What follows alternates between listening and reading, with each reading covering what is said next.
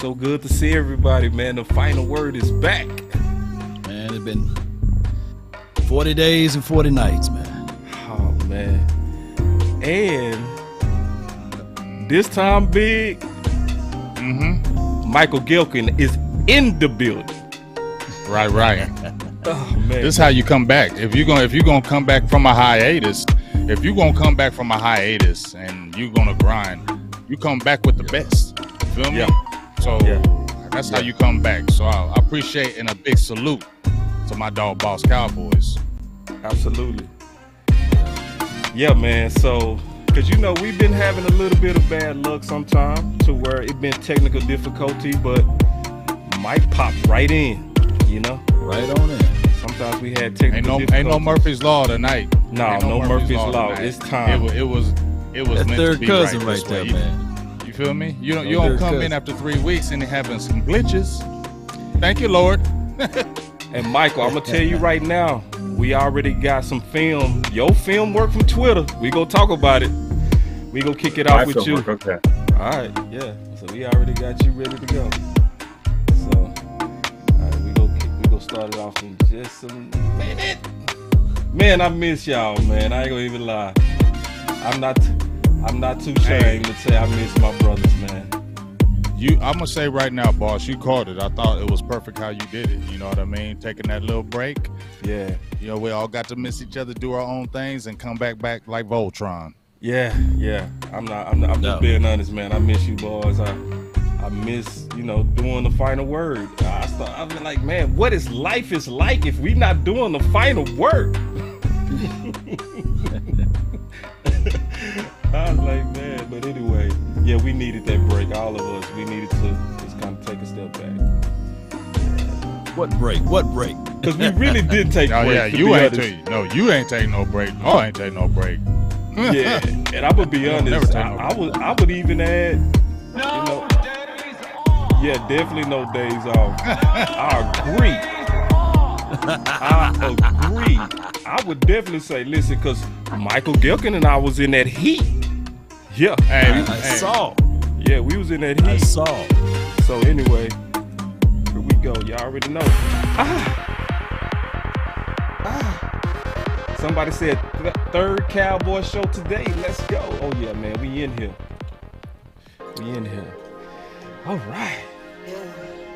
I'm excited, man. The final word is back, and we not going nowhere. We go be nonstop all the way into the draft. Okay. Wait a minute. Until the 2023 draft. Through the Super Bowl. Where that Kool-Aid at? Say Where it. that Kool-Aid at? What? I got it. Yeah. Yeah, but I gotta agree. Yoga fire. Yoga Flame. Yoga flame, man. Count it up. All right, man. Y'all throw those flames in the chats, man. And be sure to check out Michael Gilkin on Twitter. Oh, yeah, we got him. Michael Gilkin. Morning News. He's in the building. Mr. Michael Gilkin himself. So, VIP. Absolutely. Let's get it. I see the flames. I love it. I see y'all throwing the flames in the house. Let's go. Yeah. See it. Ow! Man, where my button at? I got a button that's just for me. Huh. All right. All right, so here we go, man. It's been a little while. There it is. All right, so. Yeah. All right, so we got Mr. Gilkin in the house as promised. And how you doing? I'm doing well. How you guys doing? Thanks for having me. Man, good to see man. you. So, all right, we're going to turn the music on, and let's go get right to it. So, Michael Gilkin, I want to kind of kick it off because you going to your Twitter page. If y'all not following this Twitter, y'all make sure y'all follow Gilkin at NFL. Because one of the things that you brought out, we going to start with the kind of controversial topic, Mr. Gilkin. We going to talk about this Micah Parsons rating on Madden and how, in your opinion, they got it a little bit wrong. Can you expound on that? Well, I guess greatness, in order to earn that label, you have to demonstrate that level of production over time. And that's the only argument that one can make as to why Micah Parsons' rating is so low. I believe by the time that the full ratings for this game is out, that he'll probably be the highest rated second-year player. And so it's kind of on a curve when you've only played one season. So 88 overall, from that sense, is a very high. But I think if you're actually just look at what he did last season, not just his production, which speaks for itself, but the manner in which he did it, there weren't a lot of cheap sacks on the table. Yes, Dan Quinn did a heck of a job, designing some, one-on-one opportunities with him. But I mean, Micah Parsons is different. He's special. He's generational. Mistake that I think you're going to hear, and probably heard a little bit this draft season, is this guy could be the next Micah Parsons. This guy could be like Micah Parsons. We've gone decades of NFL football without having a single Micah Parsons. Right. And I think people should appreciate how different this guy is. His ability to be who he is as an inside linebacker, then to flex down into a 3-point stance and present the challenges that he does as an edge rusher. He's special. So 88, that's what they'll put on him. It's just a video game. People can buy the video game if they want. They could go to edit ratings. They can jack his speed up to 95. They can bring his overall to whatever they want it to be.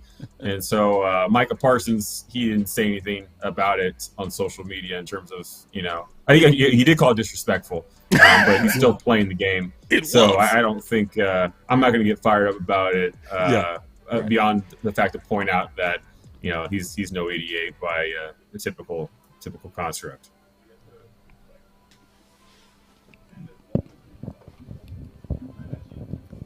Big. Oh, okay. Well, I was just kind of seeing what y'all was going to do, but I'm going to just come out with my questions. I got questions. Go.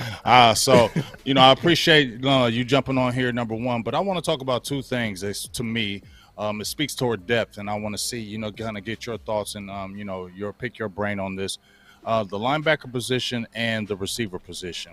Obviously, with the Amari Cooper thing being gone out the lineup. But when I look at the linebacker position and the receiver position, if, God forbid, you have any injury that goes on with a CeeDee Lamb, I wonder about, is there the true depth there? First, at the receiver position, obviously you have CeeDee Lamb, Michael Gallup. You have your draft pick in Jalen Tolbert. But I want to get your thoughts on a couple players.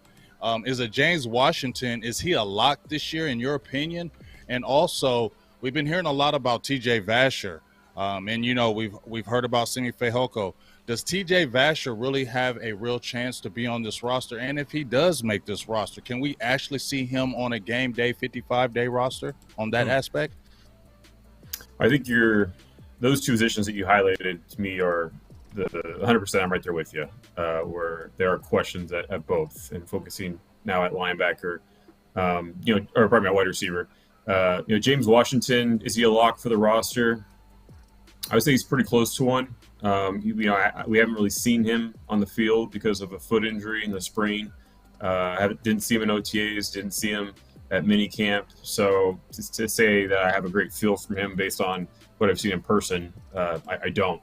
But from having seen him on tape, and after the Cowboys signed him, take a look at what his skill set is, and he's a lot like Michael Gallup in terms of someone who just stretches the field and can win those 50-50 balls. Really pushes things with that vertical element of his game. And so if you're the Cowboys and you're looking at the potential or likelihood, we'll see exactly how he's progressing, although I'm heard it's encouraging. If Gallup's not ready week one, as we've seen the Cowboys kind of brace themselves once, then it makes a whole lot of sense to have James Washington on your roster for that. So I would say it's more likely than not that he's part of things. Now, as for T.J. Vasher and some of these other names, Vasher missed all of last season. He had an injury, I believe it was his knee, back from college, and so it was kind of a redshirt year. So he's basically like an undrafted rookie, ostensibly. And frankly, I missed. So I was on my honeymoon, and I usually am not one to miss practice, but I'm also I'm not, tomorrow I'm gonna wake up, I'm gonna be 75 years old, and I'd be kicking myself if I didn't go on my honeymoon so I could watch those two OTA practices. Right. And so we forgive you. First OTA practice. Yeah, thank you. I appreciate it. So the first OTA practice and then the mini camp practice that I saw, he wasn't someone who had a ton of opportunities in terms of like a lot of balls thrown at him or anything. Simi Fehoko was a bit more active when I came back from my break and that's during that mini camp practice. And so I think let's just wait and see.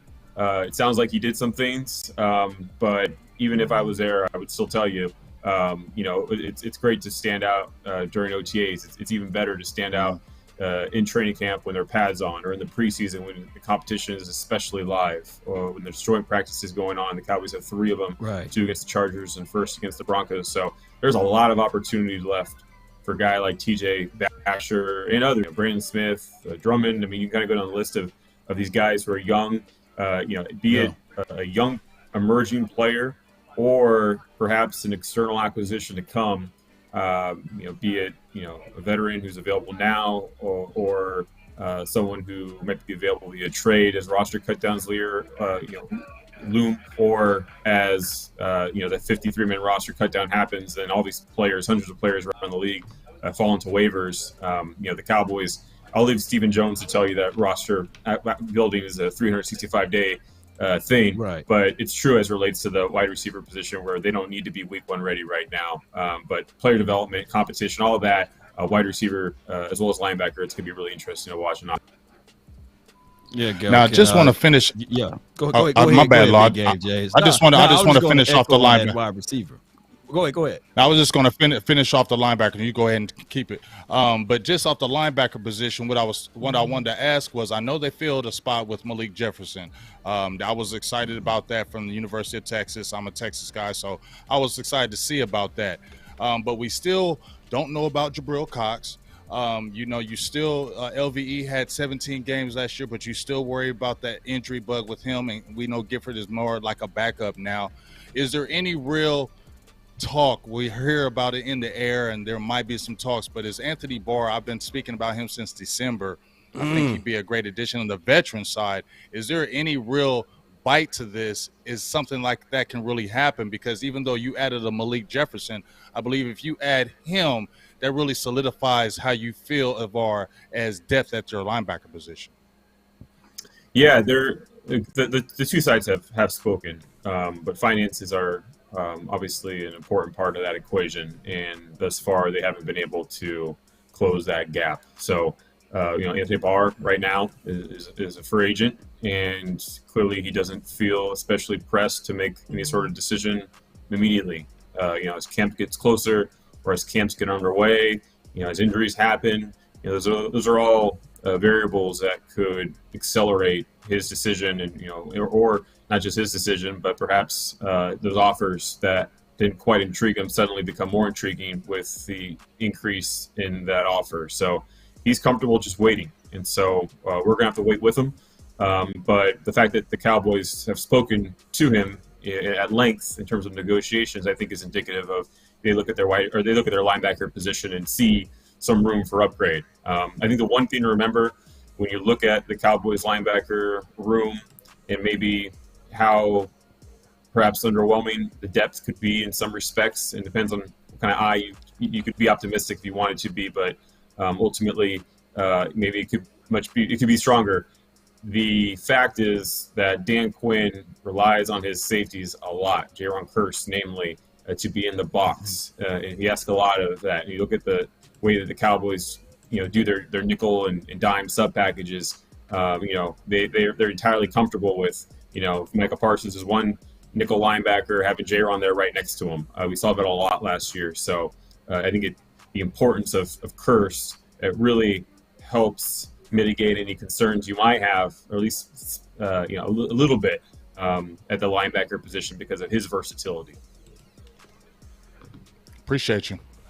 No doubt. That was some good stuff right there, Big Game James. Good questions for Gelkin. Are there any news about Anthony Barr's knees or health concerns? Because I'm seeing a lot of people in the chat talking about that. And if so, I think the Cowboys can go the route like they did with was it Gerald McCoy? They had like conditions within the contract language to alleviate that. Have you heard of anything with Anthony Barr's health? I have not, although it would be customary for a team to get medical information remotely, but also having a guy in for a physical before any contract was finalized. And so I think if the numbers were right, you would probably have Anthony Barr come in for a physical, and then once that physical, whichever direction that went, then that would be the final button to check or box to check for that contract becoming final. So I don't know if I couldn't speak specifically to the medical situation, but given how the Cowboys are, it's been more than a month of them. Right. It's been more than a month since they were talking contract with him. They must have felt pretty good about where he is physically more than a month ago to kind of go into talks as deeply as they did. But it's fair to watch, no doubt, over the course of this process until he signs with a team. Most certainly. I heard you on 105.3 The Fan talking to Broadus about Kellen Moore's experience. It's not the aspect that he's not a good offensive coordinator, but you was hitting the angle of experience. Can you, I guess, echo that over here? Because a lot of people look at Kellen Moore as solely as a guy that can't coach. Can you enlighten the people over here about Kellen Moore as the offensive coordinator? Yeah, and as I talk, if anyone wants to look up how old he is, I'm drawing a blank and I should know it offhand, but just to make the point of just he's how 33. young of a guy he is. 33 years old. So we're talking about a 33-year-old offensive coordinator. He's probably still one of the youngest offensive coordinators, or one of, if not the youngest offensive coordinator in the NFL, despite being out a few seasons on the job. So just naturally, we, as I said with Broadus, when you're a young player, we talk about CeeDee Lamb and his development and, the room that he has to grow. We could talk about Trayvon Diggs and the room that he has to grow.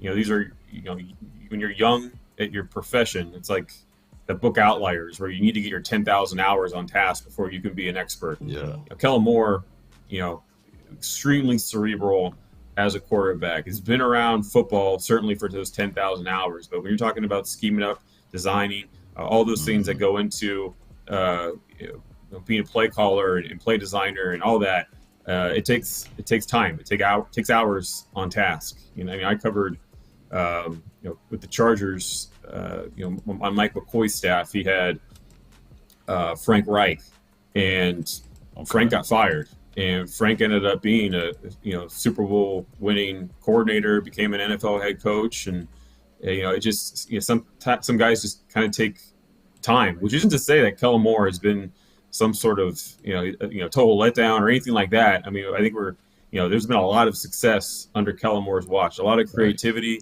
a lot of unscouted looks in terms of presentation that he gives defenses that makes him a challenge each and every week.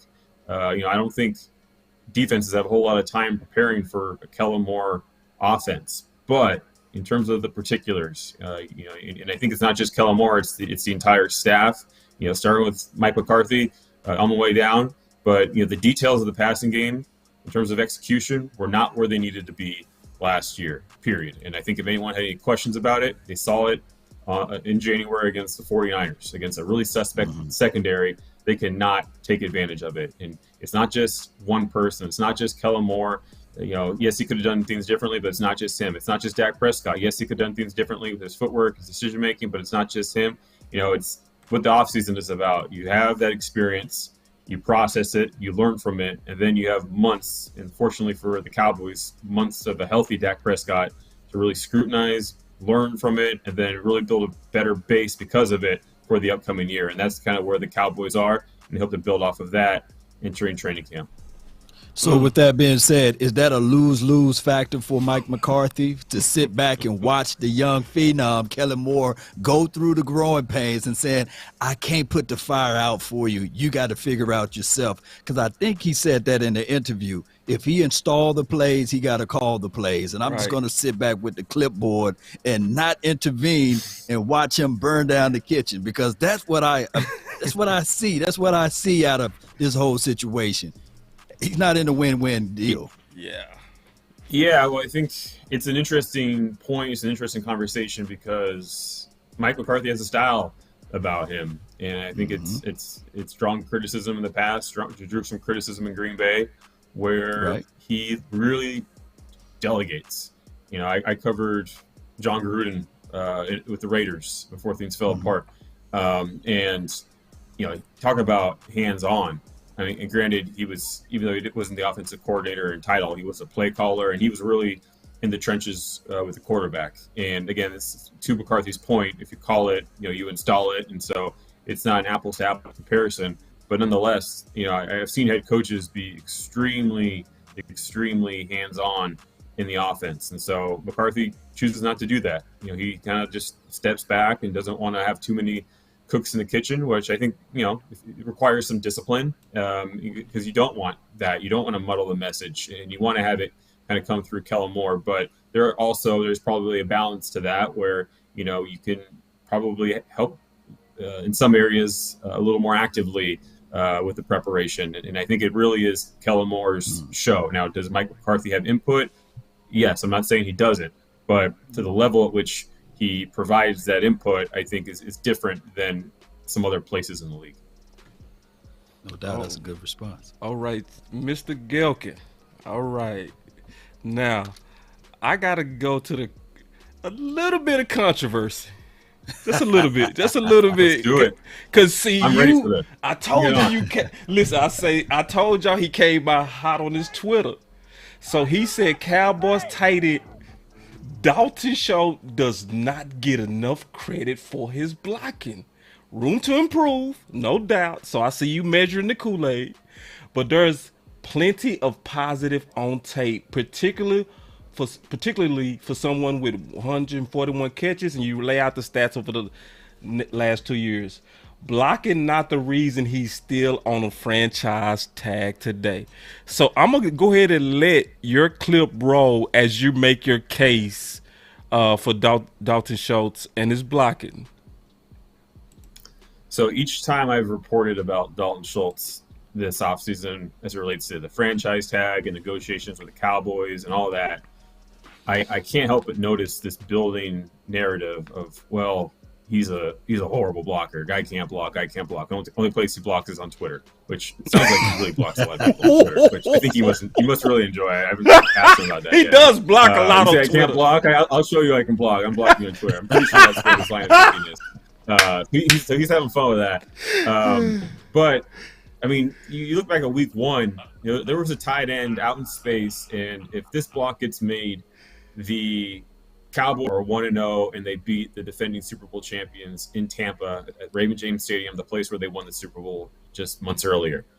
And that tight end couldn't make a block in space against a safety that just got elevated from the practice squad a day or two earlier for that game. That tight end was not Dalton Schultz. That was Blake Jarwin. And if you really wanted to take a look at what a tight end that can't block or really struggles to block, trying to be polite, watch Blake Jarwin's tape, and then watch Schultz and tell me that the two are the same. I'm not saying that Dalton Schultz is George Kittle.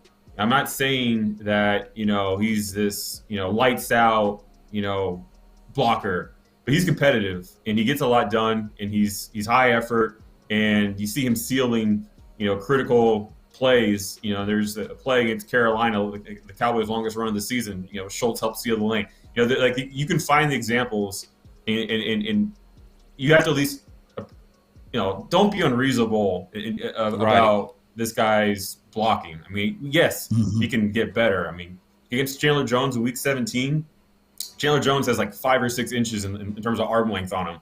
Part of the reason I think people are really underwhelmed with Dalton Schultz, this whole situation, is that he's not someone who's going to wow you with his physical traits. He's not long levered at all. His speed, any of his physical measurables that are the ones that we tout. He's not anyone that you would say, oh, this is a guy who deserves to be franchise tagged. But he has, over the past 2 seasons, earned a contract. And he's not asking to be paid like George Kittle. He's not asking to be paid like Travis Kelce. He's asking to get paid a little bit above David Njoku of the Cleveland Browns, and you look at Njoku's stats and blocking, and convince me that Schultz has not earned a contract better than that. And I think the Cowboys will say, well, Njoku shouldn't have been paid that, and the Browns made a mistake, and there's the issue in contract negotiations. If you want to say that's the floor, well, we think that floor was mistakenly installed, and so we don't want to acknowledge that floor. It creates some complication with discussions. But again, to kind of get back to the point, Dalton Schultz, is he the greatest blocking tight end in the NFL? No, and he wouldn't tell you that. But if you're going to really take a look at tight ends, because tight ends are not offensive linemen, what a tight end is going to give you at that weight while also giving you that receiving production, I think he's better than people are giving him credit for. And so I understood, believe me, carving out 4 hours literally on my birthday to make a Dalton Schultz blocking highlight tape is not my idea of like, oh, this is going to go over really well. Like I understood what I was getting into, but to me, my job is to obviously do research and understand what the facts are. And the fact is that Schultz is a better blocker than people are willing to give him credit for. Again, just as I said there, room to improve, absolutely. He's working on increasing his play strength, all that. I think in recognition of that, but he's not what people are making him out to be. So let's have a little nuance to the conversation as it relates to Dalton Schultz's blocking. And I think a little nuance in general as it relates to different arguments in our society is always a good thing, where it doesn't have to be so black and white. Oh, Gelkin, let me ask you this. Wait. Go ahead. Oh, yeah, give him that. Yeah. Wait, because I got to jump in real quick, Law, because I know you get – because I also promised him it's going to be short. I don't want to go too long on him. All right, check this.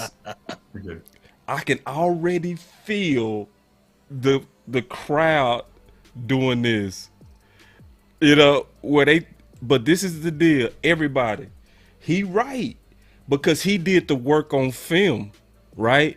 So with the film, I'm gonna do my homework even more on Dalton Schultz, because we all know, Law Big, we all know that narratives are sometimes created that are not true according to film.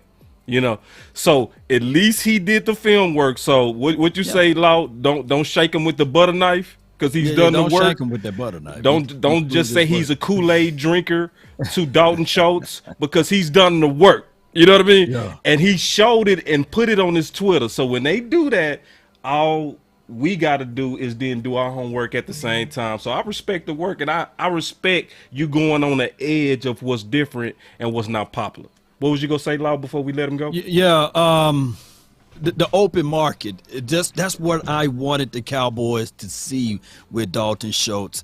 And in your opinion, after reviewing his film, do you think a team would pay him north of Dallas Goedert on the open market? Good and question. The Cowboys could have set back and then match it from there? Because you said that he's not really asking for a lot. Well, at this point, it got to be north of Dallas Goedert, because he played and performed better than him these last 2 seasons collectively. And I kind of look at it like, of course, David Njoku's money was just silly, but it got to be north of that. And only the 2 other players that had a better salary than that was Mark Andrews as well as Travis Kelce. So I have to look at it that he was looking to reset the market. Yes or no? Well, so Dalton Schultz was not expecting to get paid north of Dallas Goedert. He wasn't. Oh, wow. I think between him and Njoku would have been a range that would have gotten the deal done. Had the Cowboys not franchise tagged Dalton Schultz, right now he's going to be playing under a $10.93 million franchise tag. Right. Had they not tagged him and he became an unrestricted free agent in March, he gets easily north of $12 million. Easily. Floor. Mm-hmm. Probably, very well could have been 13 plus. And so there's no doubt that he's cheaper than market value, which is part of the reason, if you're the Cowboys, it made sense to keep him under the franchise tag. They didn't feel especially incentivized. Look at all the money they're tied up at quarterback, at running back, on offensive line. You got CeeDee Lamb not too far away in the horizon. You got Trayvon Diggs deal not too far on the horizon, and Micah Parsons deserves every penny or dollar Benjamin that is coming his way. And so when you're talking about a tight end and you can have for another year and kind of let the same play out, I think it made a whole lot of business sense for the Cowboys not to do the sort of deal that the market right now commands. I think when you look at the other tight end deals, you have to keep in mind that the salary cap is increasing. And so, if one guy gets, $15 or $14 million in 2021, well, that amount means a little bit different in 2022. Or likewise, the New England Patriots tight ends, Jonnu Smith and Hunter Henry, they're at $12.5 million per year. Those deals were back in March of 2021. And so each of these deals, they raise the bar for the next guy. And we also have to kind of weigh in the salary cap with who the player is. And often the numbers look a little bit wonky because, this player is getting paid this much when he's clearly not at the level of this guy, but it's all based on the percentage of a salary cap that's increasing. No doubt. Big, did you have one more thing, my brother? Yeah, I just want to ask one last question for you, Michael. It's on the defensive side again. I'm a defensive guy. Sorry, that's what I like to talk about. Let's do it. But it's going to really go with the right end position and Sam Williams. Obviously, you see that they got Dante Fowler in, and then Dorrance Armstrong Jr. was re-signed to his deal, and then Sam Williams was drafted. Two questions. What's the reasonable plan for Sam Williams this season? And, do you think that Dante Fowler is going to have a role because he played a little bit of linebacker last year at Atlanta? What's kind of, if he's on this roster, what's kind of the plan for Dante Fowler? Are they going to stand him up, kind of throw him with Dorrance Armstrong, you're attacking the line of scrimmage? Kind of could you give some insight on that if you do? Yeah, and I think it's going to be interesting to see that position come together in the post-Ray world in which we live. The Dante Fowler signing, and we'll see what he can bring the Cowboys, but just from a pure financial standpoint, he'll probably give you, according to the Pro Football Focus measure of pressures, he'll probably give you 40 plus pressures this season if he's healthy. And at the value of what or at the price tag of what the Cowboys are paying him, it's a pretty cheap 40 pressure player. Pair him with Dorrance Armstrong, who has more of that prototypical length that Dan Quinn covets. I think that's a pretty solid start for that position. Sam Williams Jr. is blindingly fast. I mean, his speed is his greatest asset. You also have to acknowledge that he's still fairly raw. Talk about those 10,000 hours. He's well short of that. He's pretty new to football. And so the Cowboys are really excited about that. They'd rather have a player closer to his floor when they get their hands on him than a player who's closer to his ceiling. And so, this is a guy that Dan Quinn has been very excited to coach and develop. And so Adam Dirt as well, they're really putting in the extra work, the extra time before practice, after practice, in the meeting room, work on his hand usage, his hand placement, his leverage, everything that kind of goes into being a dominant pass rusher in this league. Is it going to happen as a rookie? Probably not. I think we should all be realistic and appreciate a player's developmental journey. But I think just by nature of his speed, if you're to get him on the field in some more obvious pass rush situations, he can just naturally be disruptive. And so we'll see over the course of training camp. And the Cowboys aren't going to want to show too much in terms of their actual plan during the preseason. As part of the beauty of having joint practices is they can just, in a controlled environment, give guys, the higher value guys a lot of reps then, and then kind of dial back during the preseason when the injury rate statistically is higher. We'll see the exact plan over the course of time, but my imagination would point to a real pass situation usage for Sam Williams to start, and then over the course of the year, as he gets his feet under him a little bit, kind of prove to the coaching staff perhaps more can be put on his plate. All right, no doubt. Mr. Gelkin, our last question is obviously dealing with training camp. Everybody's excited about training camp. And on your Twitter, you say Cowboys are in a countdown mode. 1 week from today, they travel to Oxnard, California for training camp. So just what's your general thoughts as you preparing to go covering for the Dallas Morning News and preparing us for training camp. What's your thoughts in general? It's funny because there's always my thoughts, frankly, are always like when the schedule comes out, in April, and now it's May. I already know, we all know who the Cowboys are playing. We know their opponents. We learn that once the season ends. And so my thoughts are always, okay, how long am I going to be home for Christmas? Am I going to be home for, different things? When's the bye week? Talk to my wife about where we could go for that or how we want to spend it. And so right now, my thoughts before training camp is like, all right, I got to take care of my dog. I got to help out my wife with certain things around the house before I leave and like all of that. And so that's my most honest answer to that question is how little actually has to do with the team, because I know that I know the team. Even though there's been no practice for by the time they get to Oxnard 6 weeks, you still can't help but think about different aspects of the roster. Different competitions, how's Michael Gallup's rehab progressing, or taking a better look at the salary cap and where the team stands in certain contracts. Could there be certain players who they extend before then? You can't help but think about it a little bit, but ultimately nothing's really going to change from mid-June to when they step on the field on 27th for the first time in practice. There just isn't a whole lot of developments, which is a good thing. So you don't want to developments during this quiet period. It's supposed to stay quiet. So I think I'm just kind of mentally, getting away a little bit as much as I can, take care of the things at home as best as I can, so that when training camp comes and the action really starts, I'm recharged and ready to document it for people. I really enjoy that part of it. So I just want to be at my best so that, you guys and I, we can talk, and then on Twitter I can interact with people. Usually I direct message them. I don't like to clog up people's timelines. But just having a conversation and be able to be something of a resource for Cowboys fans, I take that seriously, and I want to do the best I can at it. Well, thank you so much for obviously visiting us. We have pretty good reach out the Cowboys community, and obviously the reach is going to go farther with you. Thank you. Hopefully we kept it brief enough, but you really did help the Cowboys community with your insight, and we look forward to your knowledge and your tweets that's going to be coming out of training camp.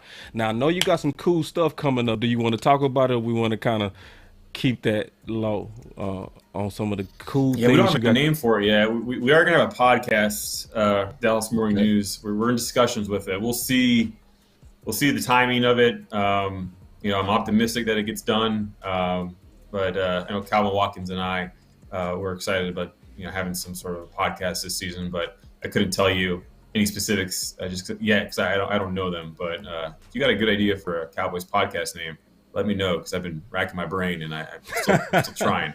All right, y'all heard the challenge. We'll work with it over here then. Y'all heard the challenge. Y'all think of some names. They really trying to put this thing together. So y'all throw some names out there, and then we'll relay it back to Michael. But thank you, Michael, for coming up to the final word. No doubt. And I'll be out there at Oxnard, man. I'll be out there, so I'll bump into you out there, way. Definitely. Let me know when you're in. All right, we'll do. All right, Michael. Appreciate you. All right, that was Michael Gilkin with the Dallas Morning News. He obviously came and did what I knew he was going to do. He was going to give us that fire. Come on now, where the Yoga Flames at? Where the Yoga Flames at? Fire! Yoga Flame.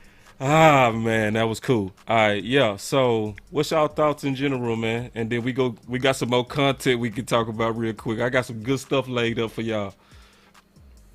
Oh man, it was great. Over here, I thought that he answered everything correctly, and he was pretty good. We was vibing with him.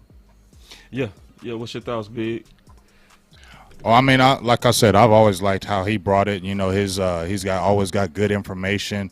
I like how like I said, he gives his opinion. I really appreciate how he jumped out there and did the Dalton Schultz video. I really appreciate that because a lot of guys that are in that write or kind of in the media in his place, they don't do that. They don't do film study. They don't drop film.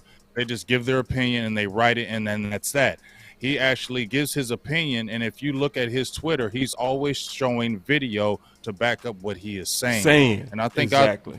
I think that's the thing I really respect about him, is that he just doesn't talk about it. He puts in work video wise to really validate what he's trying to say to you. And I really respect that about him. Yeah. Yeah, that's what I got from it too. That's the thing that I got from it, was the fact that he was willing to step out on a limb. Because I was talking to Coach Marv, and he say, boss, he say, you and the final word guys, because y'all don't follow the crowd, it makes y'all appear that y'all on a limb. But sometimes the truth is on the limb. It's not what the crowd is saying. And that's the thing that I respected the most out of, obviously the interview with Michael Gehlken, is that he was willing to show him blocking and not just make a tweet about it. He was like, I'm gonna go do the work to make my case, and I respect that. What's your thoughts, Law? Yeah, and you can tell that he's authentic with it when he said 4 hours of film. It do. So when people look at what we do as far as a film assessment and putting the bubbles and the blocks over it, it takes time. Yeah. And you actually evaluating what they're doing with hand placement, what they're doing with down and out distance. It's a lot that goes into it. But from the outside looking in, a lot of people would just say, man, anybody can do that. But no, that it's a lot of time. And when you're trading information for time, it's not easy. And especially putting his, I ain't gonna say nuts out there, but putting it all out on a limb, like you said, in the dark, to bring everybody to the light, that's difficult.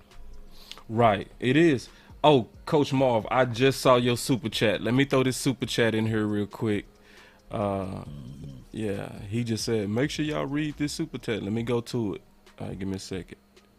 Because, matter of fact, because he was talking about tight ends. So we go keep this narrative on tight end real quick before I go to your super chat. Let's go to Big Game James, because you said something on your Twitter, Big. I want to show this real quick. And this go keep us on the theme of tight end, bro. So you say, I would say this about the Cowboys, about drafting the traditional Jason Witten-ish tight end. They wanted Jelani Woods, and I believe we're going to take him in the 3rd round had the Colts not got him. So at least they thought outside the box at the position and took the best possible one. So I'm going to merge that with Coach Marv's super chat, because I think they go together. He said, looking at our drafted tight end, who you talking about, do he see a big difference? Oh, so that was to Gehlken. So we gonna have to answer this. Do he see a big difference in the new tight end and Schultz? So we go tag team this together. I'm sorry, I saw it late, Coach Marv, but go ahead, Big. Yeah, I mean, I had just been thinking about it, because you know how we've been talking about the tight end position and how they always seem to get the same type tight end. It's always the Witten-ish type guy, the 6'5", the 250, 260, not the super fast guy, but can just do the wiggle and get open. It looked like that was the basis of what they did. When I looked at Blake Jarwin, I said, maybe they're skewing away from it, because Blake Jarwin was a different type of tight end, in my opinion. He could stretch the field. He could hit that seam, and we saw he could get loose in that open field. So they were really trying to open that door with Blake Jarwin, but unfortunately he got hurt. And then when we look at the draft, how they had it, they were really high on Woods. They brought him in for a visit, and the 30 visit. They had went out to a pro day, had him at a pro day. And I believe, like I said, if the Colts did not take him, I believe they really were targeting him and trying to get him in that 3rd round. So I can say that they weren't always thinking that way, and they were trying to move away and probably help out, and saw that, guess what, we need some speed at the position. We already have a tight end, Dalton Schultz, who is a guy who is a more possession type tight end, who can hit us underneath and get the small routes, as Boss says, can get the 5 and done. We need another guy who we just lost in Blake Jarwin, who's explosive. Yeah. So let's go after Woods and get that explosive, fast guy and merge him with this blocking, not a blocker, but a guy that can really use his hands and get you underneath, and that would be a perfect balance. So I can definitely say they were thinking out the box and not trying to add it. And just on the Jake Ferguson thing, yes, I think he is kind of like the Dalton Schultz, But what we will say is this, that they had an opportunity when they lost out on Woods to still get the best tight end available, and I think that's what Jake Ferguson was. So instead of them losing out altogether, they got somebody who can, at least they can possibly replace a Dalton Schultz if they can't sign him later on, and still come back in the draft next year and get the speed tight end. Well, when you look at everything you just said, Big Game James and also Boss Cowboy, the philosophy of the type and kind of caliber of tight ends that we have on this team goes all the way back to the philosophy of this offense collectively, meaning that this offense haven't changed since 2007. If you really contextualize everything, Kellen Moore is the offspring or the love child, dare I say, of Scott Linehan and Jason Garrett. So when you look at everything, there's really nothing different that what Kellen Moore do than those guys. Now, he does a little bit more motions. Of course, he pull other plays. He's a collector of plays, but the core of everything is still the same philosophy. So that's why you see this team going after the same type of tight ends. And I think that Jake Ferguson, he will be a guy that will relish in this system. I wanted to ask Gelkin before he left too, is Sean McEwen.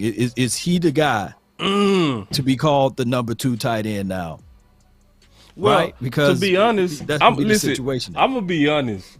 I'm gonna say it like this, Law. We need to be asking you, because you getting ready. Yeah, I'm dead serious too, bro. See, because you gonna be out there at Oxnard. You know what I mean? So yeah, I'm gonna be coming to you, big dog. Like, I can ask Gelkin, you know, I got his number now, and I can say, hey, Gelkin, what you think? No, I'm asking Law Nation. Yeah, when you come out there, that's exactly what we gonna be looking for. And Coach Marv, he was being messy. He said, if there's no difference, that's why there's no contract for Schultz.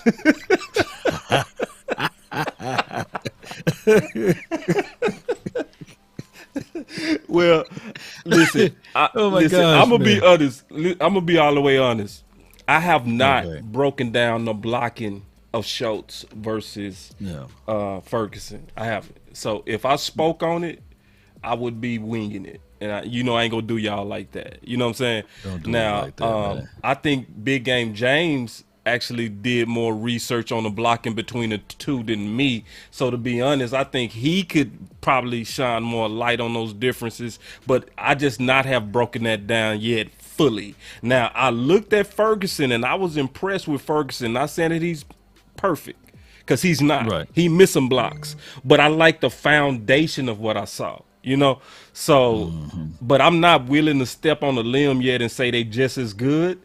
Not quite yet. I want to really do my homework on that. What's your thoughts, Big?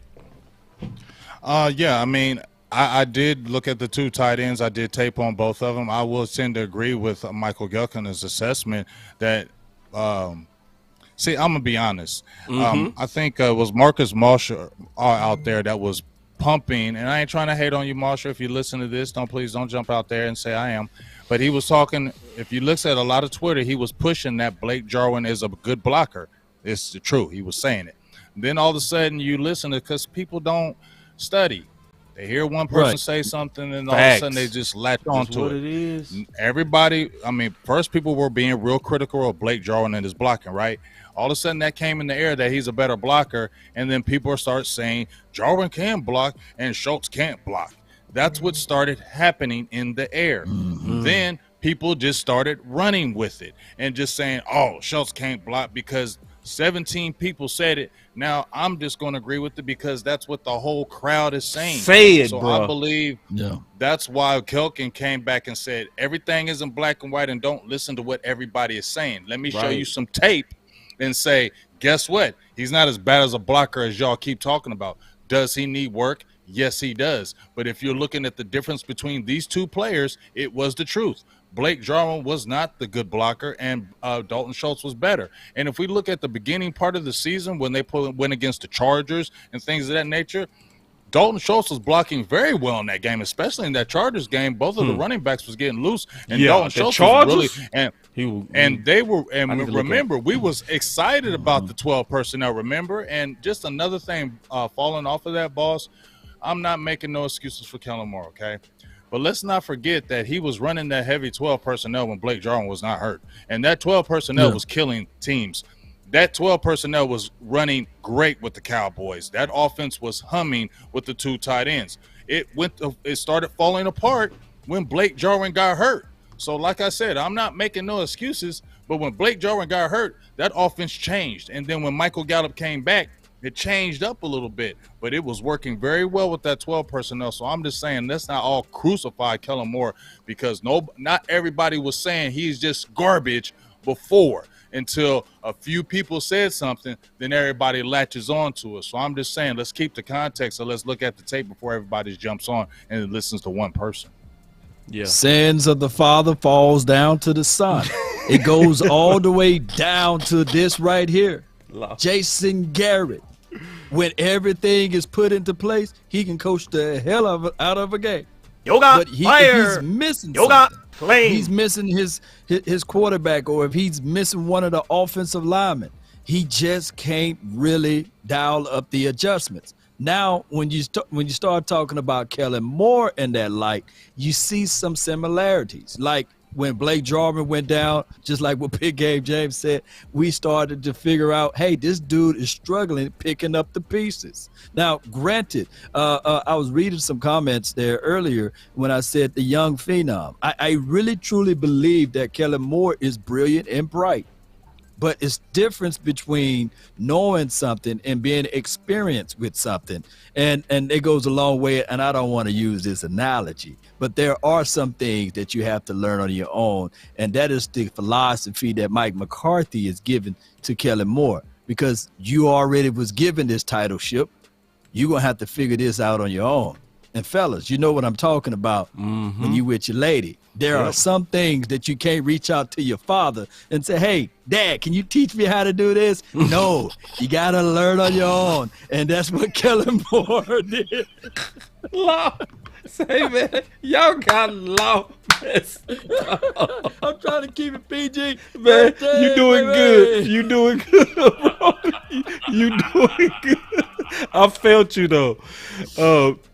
Yeah, so I know you didn't reach out to your dad. Did you reach out to your dad? Nah, I learned on my own.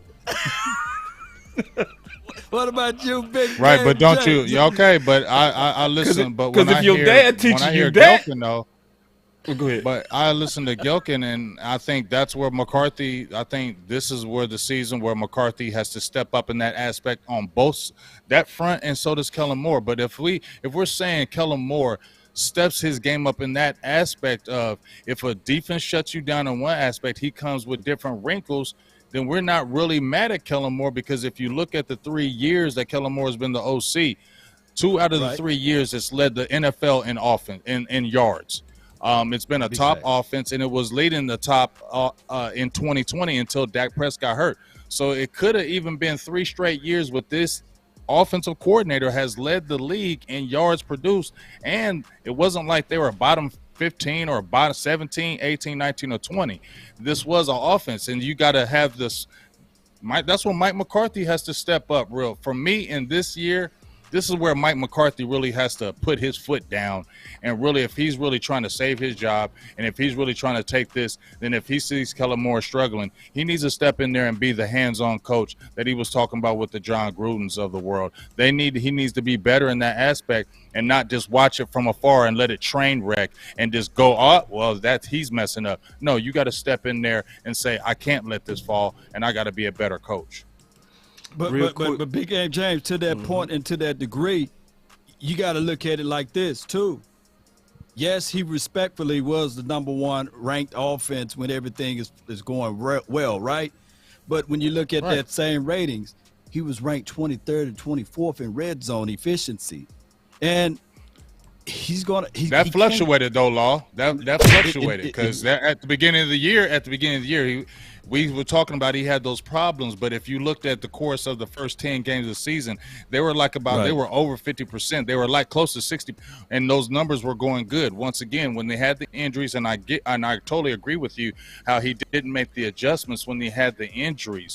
But we can't sit there and say that he did have. They were scoring in the red zone in the very beginning of the season, like the first 8 games. Well, let me ask you this though. I'm gonna switch it up. I'm gonna switch it up on you a little bit. Let's get this fight going. Okay. And I know you are very diverse in your acumen of sports in general. You witnessed MJ when he was drafted, right? What year what year was he drafted? 84. 84.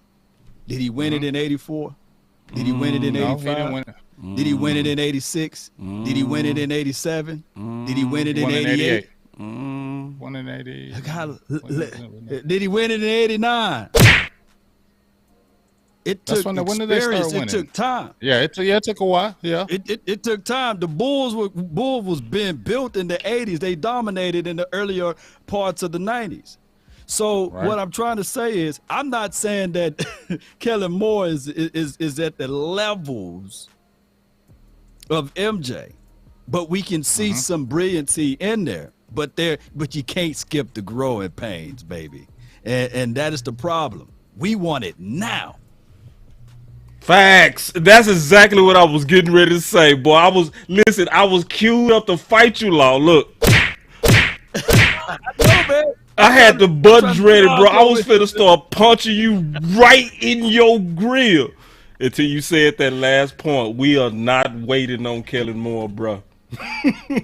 we waited. Let them wait. No, we ain't waiting. No, but listen, because you right. Oh, I'm not saying wait though, boss. I'm not. No, saying I know you're wait. not saying wait. You feel me? You giving him credit. You giving him credit for what he's doing and where he's already good. Yeah. What I'm saying is, yes, you have to make it happen now because the exposure has happened.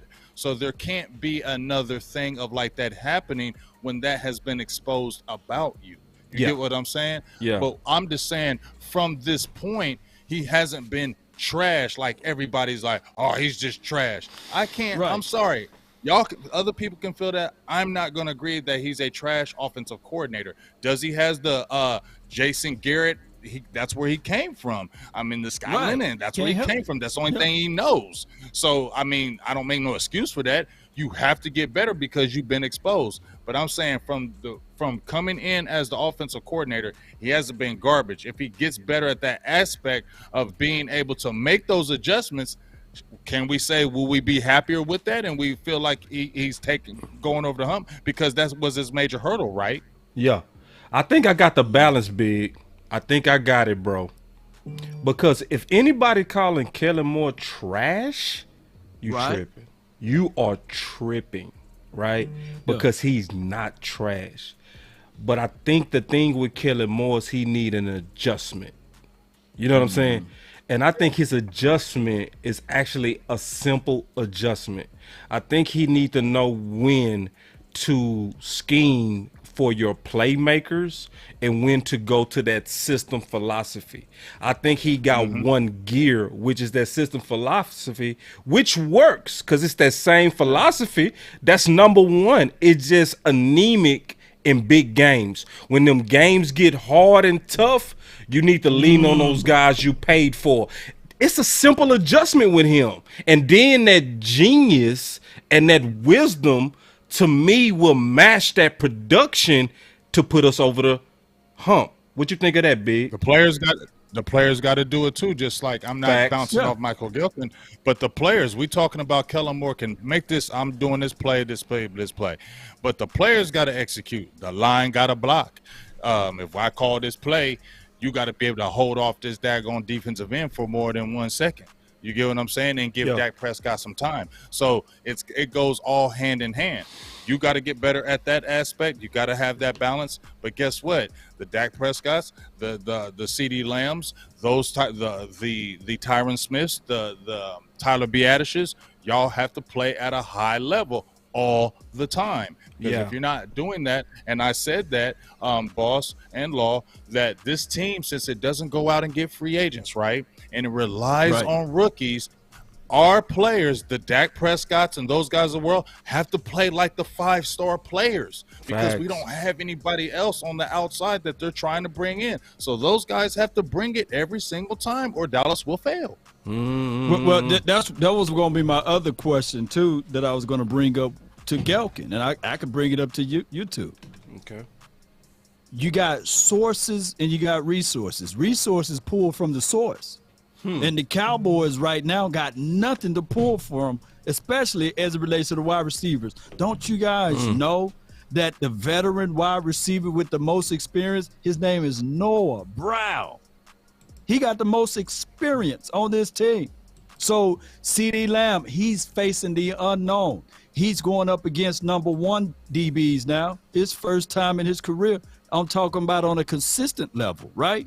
You got of course, James Washington. We wish and we hope and we want him to succeed, but his highest catch total ever in the season was 44 catches. And you got Jalen Tolbert.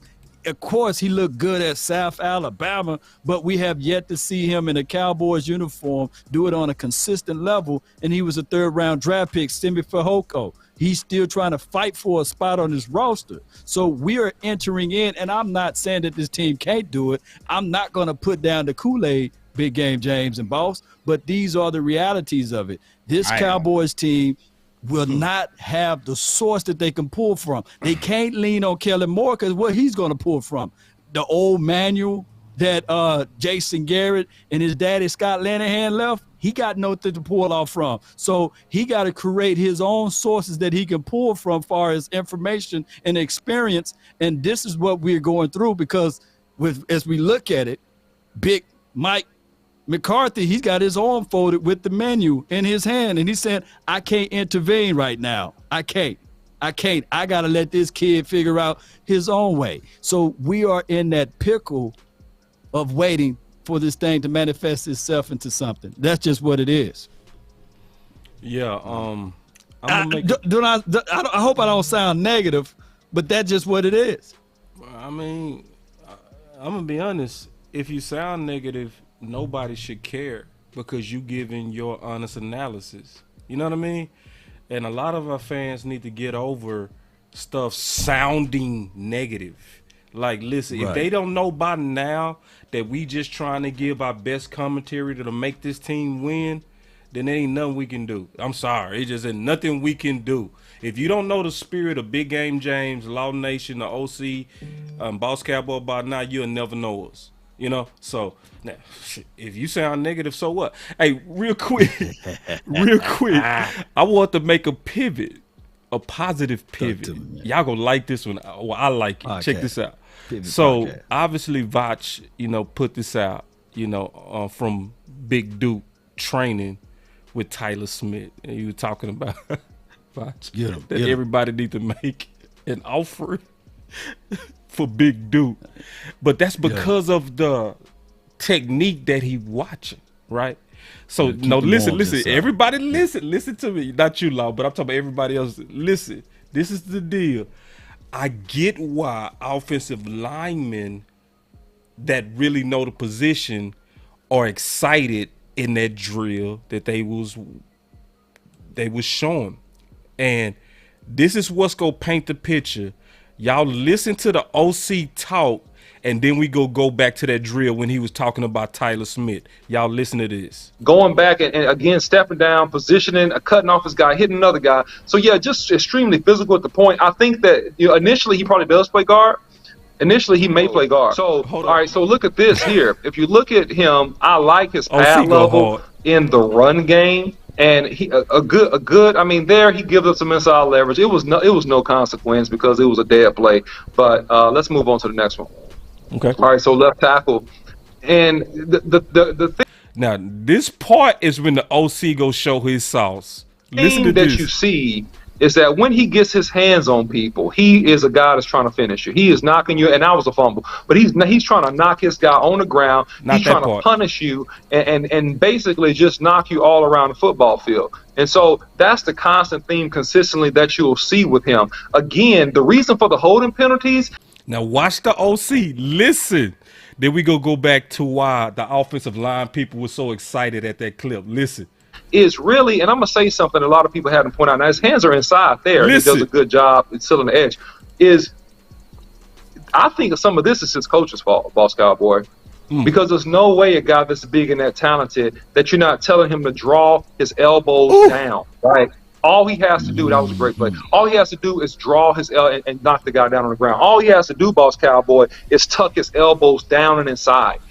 So hold on. So then when you go back and you go look at this drill and look at Tyler and where his hands are, his elbows are, and you see why all the offensive linemen heads was drooling.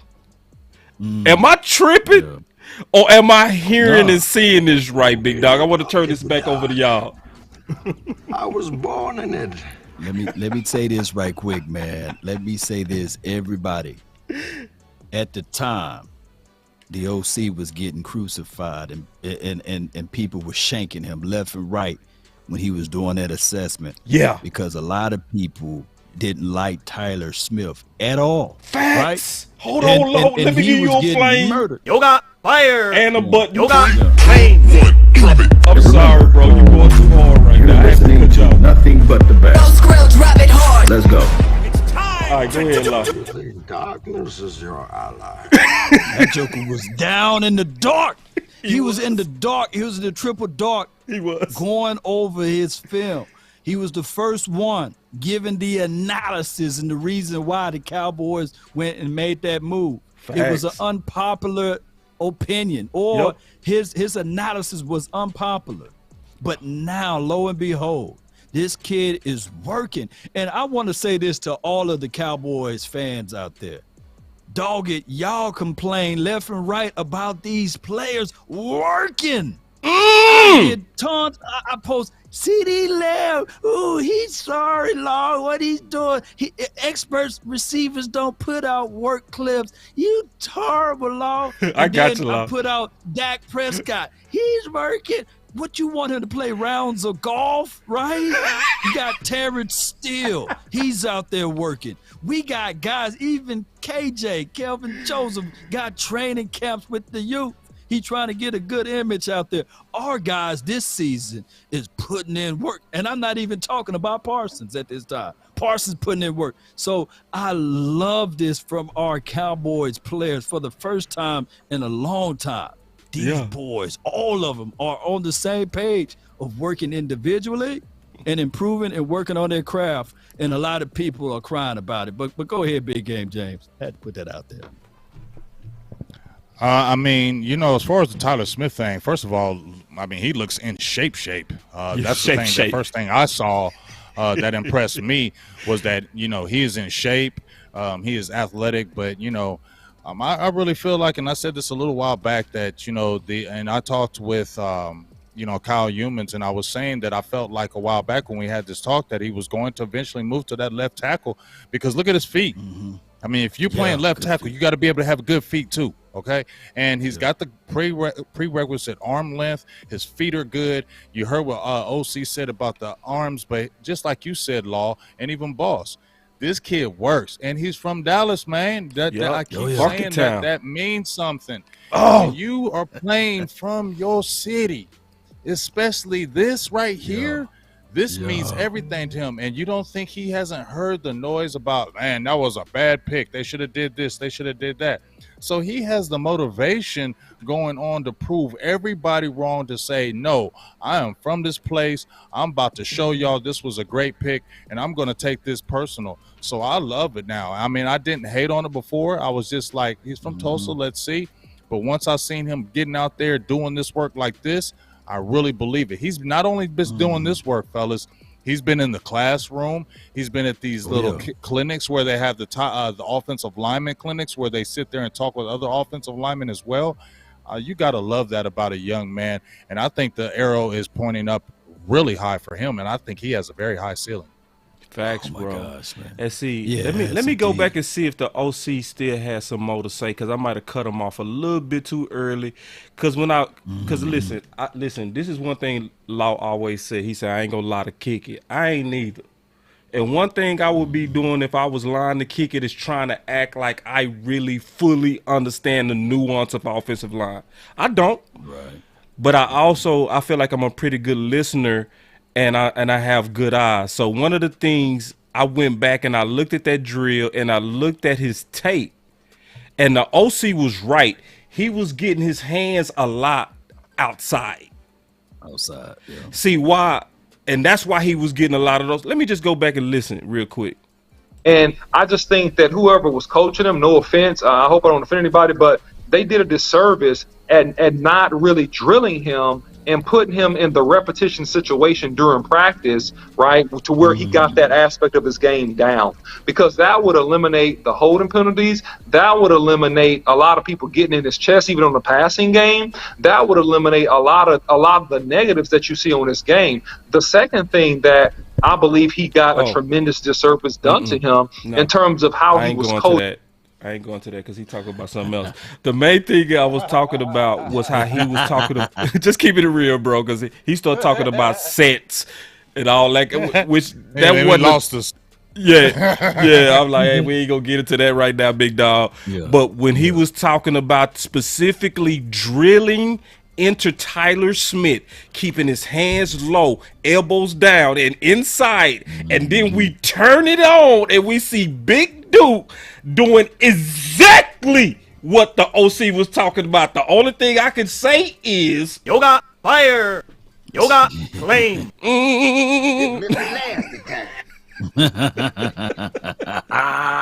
Woo, man, that's exciting, bro. That's exciting. Yeah. So that goes to everybody who might, in my opinion, be concerned about him playing left guard and concerned about our running game. The more and more I'm watching these guys in the offseason, I'm gonna be honest. I ain't saying I'm gulping and drunk on Kool-Aid, but I'm feeling better.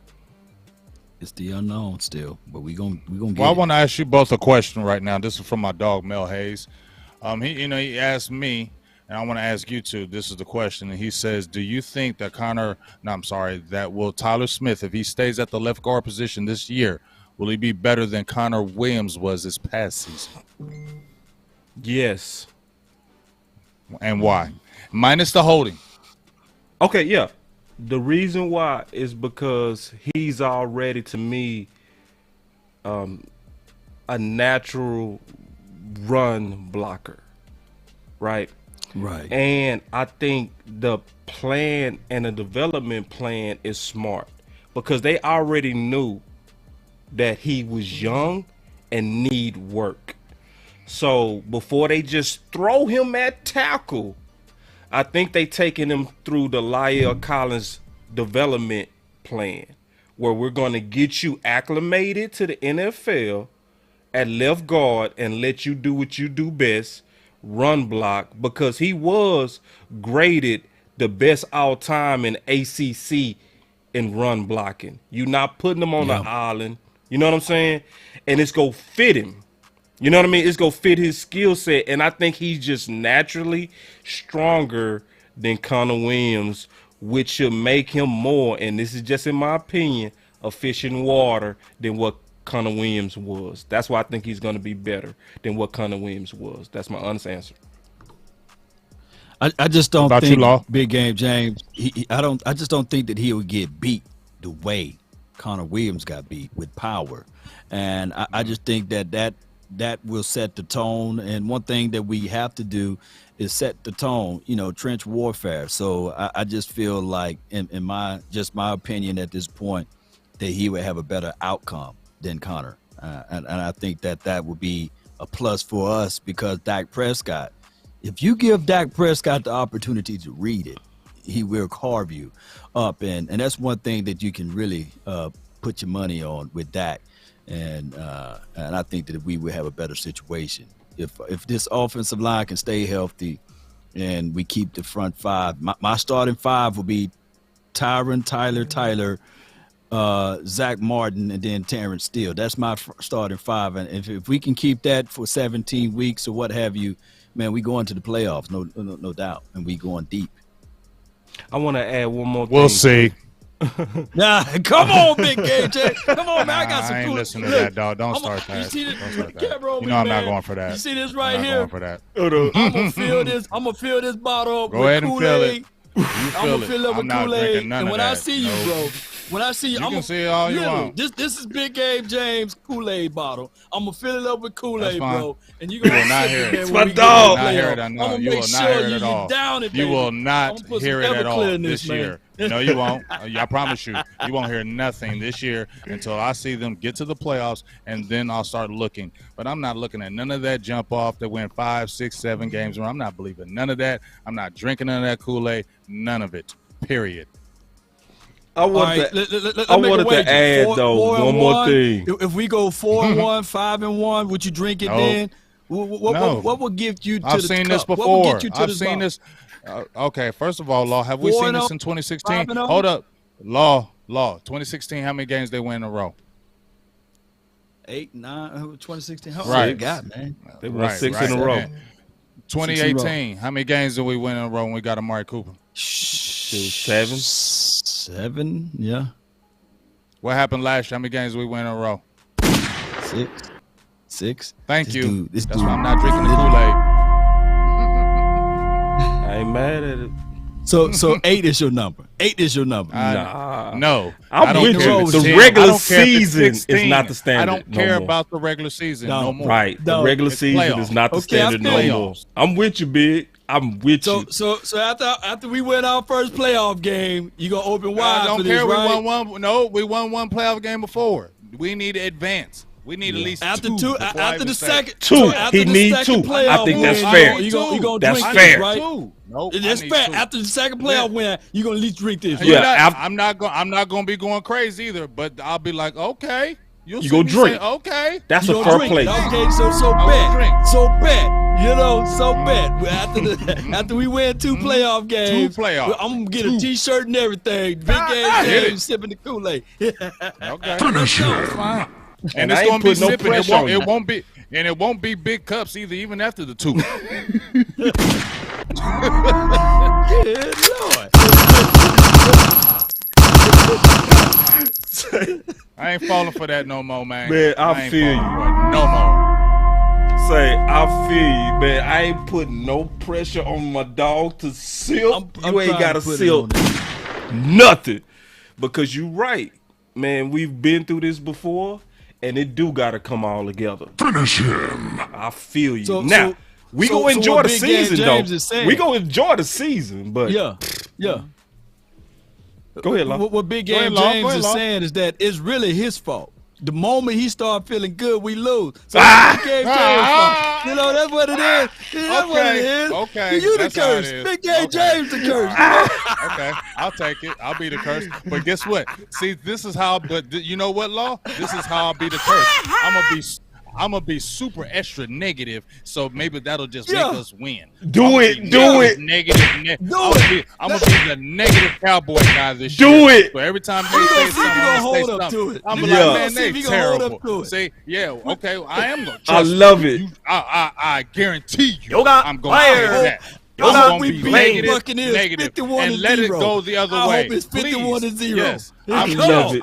Yes, it's got to go. Stay that way, because dog. I ain't being positive no more. I'm gonna Thank be you. negative, and maybe they be Yeah. positive if I'm so negative. You I got it. So got you it. come to my page, you hear nothing but negative. You got it. Okay, Negative. okay. Negative. Hey, I love being a cowboy. Big Game James. Game changer. Oh, Boy, boy, let's have that's some real. fun. Let's have a good That's why time, he's man. my dog, though. That's why he's I my wish you dog. could show him that clip. I wish Which you could one? show them clip of them girls twerking. And the dog just Because it was so true. Where's that? It Where's was so that? true. Is it on your Find channel, that, 'cause Big? that I will was so pull it true. up. Is it on your channel or is it on I think mine? I shared it. It might be on yours. I don't know. Share Yeah, that let me- because it was the truth. Hold on, Ain't let me nobody- see if I ain't can nobody find on this, that. bro, 'cause it is the The truth. dog had the best look. Because it's Big facts. It's AJ. facts. The I'm spirit of scrolling Big hard. I'm AJ. trying to find it, big. I'm gonna find it. Y'all stall for me. Y'all Falling for stall that no for me. more, dog. I ain't falling for it no more, dog. Law, I ain't falling for it. You can say what you want. You be that guy. That is your job.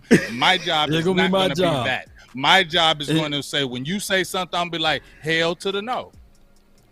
I hope we see beat it. them 51-0. I hope they I'm looking at Who Big you talking, AJ who you like talking this. about? Tampa Bay? You talking about Tampa Bay? Because I'm already saying we 0-2.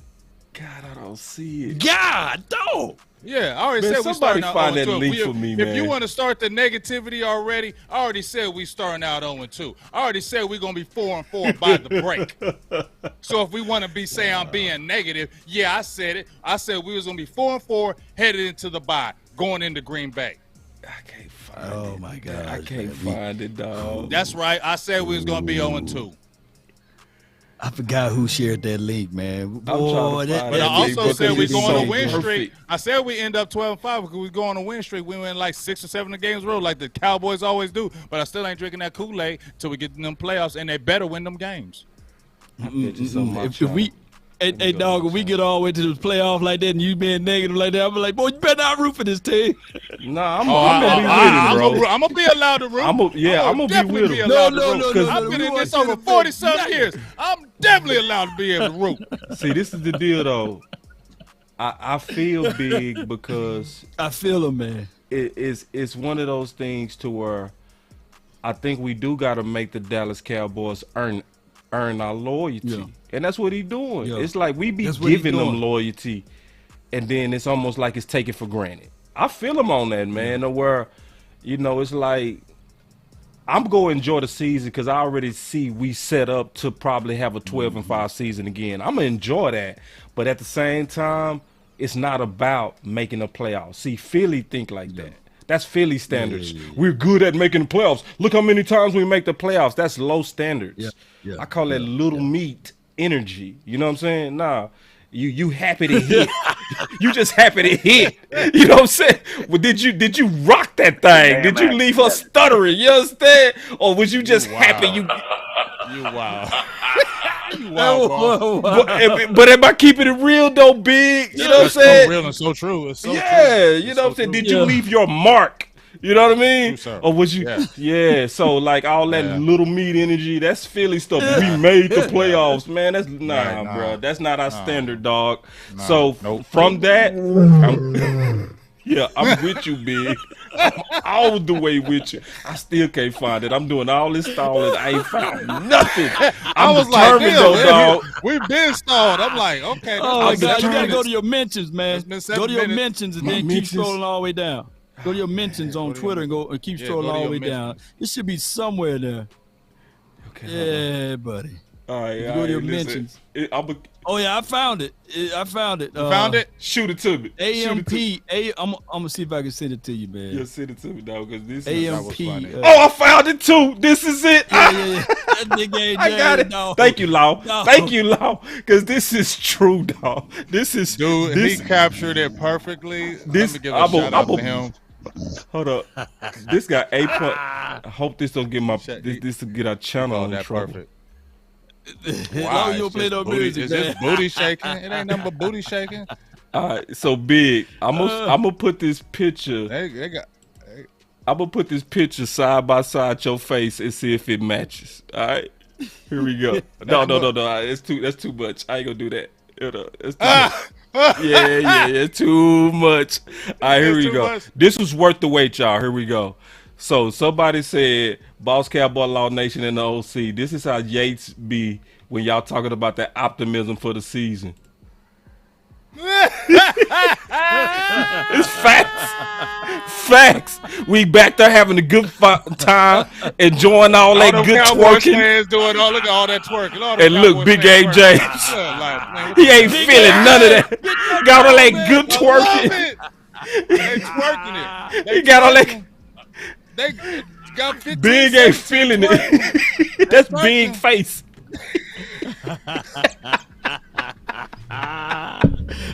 Oh man, that's so facts, dog. Oh my God, No, Big A. when he tagged me in that, I said, perfect. Bro, that's dog. That dog face. Let me make it bigger, dog. All that good booty in the background. All that good fun we try to have. And this my boy Big Game James. This my boy Big Game James right there, that dog. He just ain't feeling it. He just ain't feeling it. All that good booty in the background, dog. And that's Big Game. We try to have a good time talking about the season. Talking about Cowboys, talking about season. Sam Williams, Micah Parsons. CeeDee Lamb. Ooh, Dak in shape. Whatever. Ooh, look at this. Ooh, look. Man, see, that's that good booty. That's Big Game James' face right there. Oh he just ain't feeling it.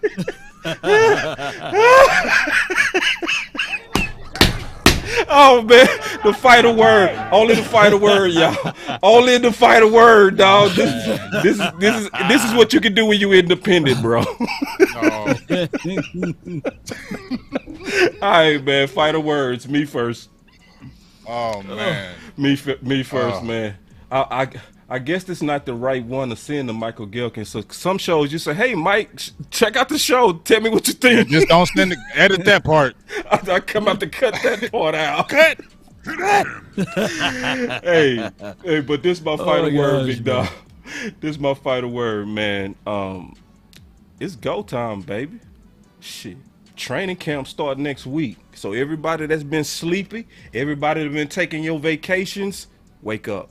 It's time. Let's get it. Right. We also got a super show. I'm not going to announce it quite yet, but there's a potential super show setting up. And when I say super show, I'm talking about super duper show. You know what I mean? Yeah. We got to make sure everybody's schedules truly align. But there's some quarterbacking going on to where you might see a lot of us come together like never happened before. So y'all keep a lookout for that. For the final word is kind of starting to set itself in stone, but until you get to that day, you never know. But y'all keep them notifications up and them subs.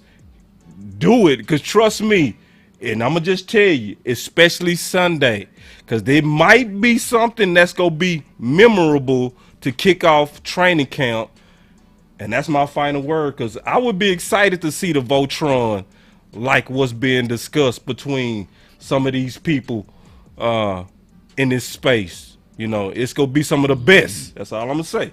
That's my final word. Yeah, man, just bouncing off that, just get really excited about that. I think that'll be some legendary type stuff, if that goes down. So, keep on keeping that in the air.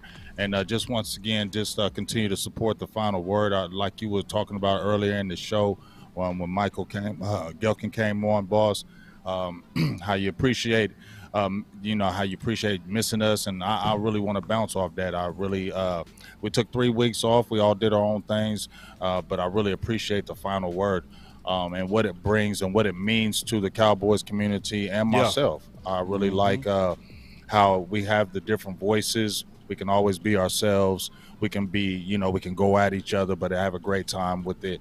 And I just really love how it was built. And I really appreciate how you brought the fire with Michael Gehlken, open it up, boss. I just really appreciate you being the quarterback of this. My dog Law Nation being the voice, the rhyme and reason. And, I just like to try to grind with y'all. And I really just appreciate what y'all have done with this final word. And let's keep it making growing. That's my final word. Yes, indeed, man. I appreciate both of you guys, man. It's been a long journey without you all, and here you go. Simply because you don't have evidence that something does exist does not mean that you have evidence that something doesn't exist.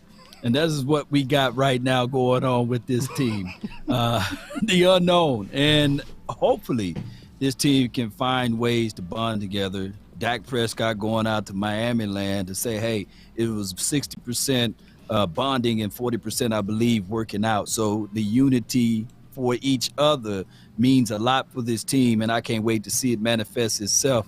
And I can't wait to get out there to Oxnard. For those who are coming out to Oxnard, let me know, and we're going to meet up. We're going to talk Cowboys, and we're going to leave it all out there, and we're going to try to share as much information. But keep in mind, This is where those guys earn their star on the side of their helmet. And the sweat equity, what they put out there on the field, will remain for the entire season. So hopefully these guys feel like or know that this will be the full opportunity and know that big game. James. I had to, dog. I just had to, dog. There are known knowns and that there are known unknowns, but there's also unknown unknowns. Things we don't know that we don't know. Things we don't know. And big game James just sitting there watching as everything shake, you know, and we gonna shake it out there or watch it shake out there. And we gonna see. Gonna be a whole lot of shake. We'll see. We go watch it shake. We go watch it shake, big dog. Yeah, a whole lot of look at that. Yeah, they need some work back there though. They need some work. They need to stay in that class. Stay in that class. Keep working. And if you really look at that, there's some of that hype that be there that don't really be there. Cause yeah. Let me call that out. Look at some of that work with that twerking. Need some of that hype that they be doing with that, because that ain't some great twerking right there. Yeah, that's they need to keep practicing. They need to keep practicing. Yeah, I wouldn't. Y'all need to work. Y'all need to get better at twerking. Y'all not the greatest. Cool. Oh man. No, that my friend. You're right. Oh man, that was the final word, bro. That was the final word. We back. We ain't stopping. We ain't stopping, man. This going the whole season to the Super Bowl, like Law said. We ain't stopping no more, big dog. I want me some glory hole. Yes, indeed. We back. We back, baby. Yes, indeed. It's gonna mess around and get bigger. We need to grow this final word, man. We need to add some more to this. We'll talk about it. Let's get it. Let's get it, man. Throw them fires up. Let's throw the fires up. Yoga fire. Yoga flame. Come on now. Let's get that fire. Sharing is caring. Yeah, y'all make sure y'all share this, man. Like, share, do all that before y'all get out of here, man. Let's go. Yoga fire. Yoga flame. Yeah, man.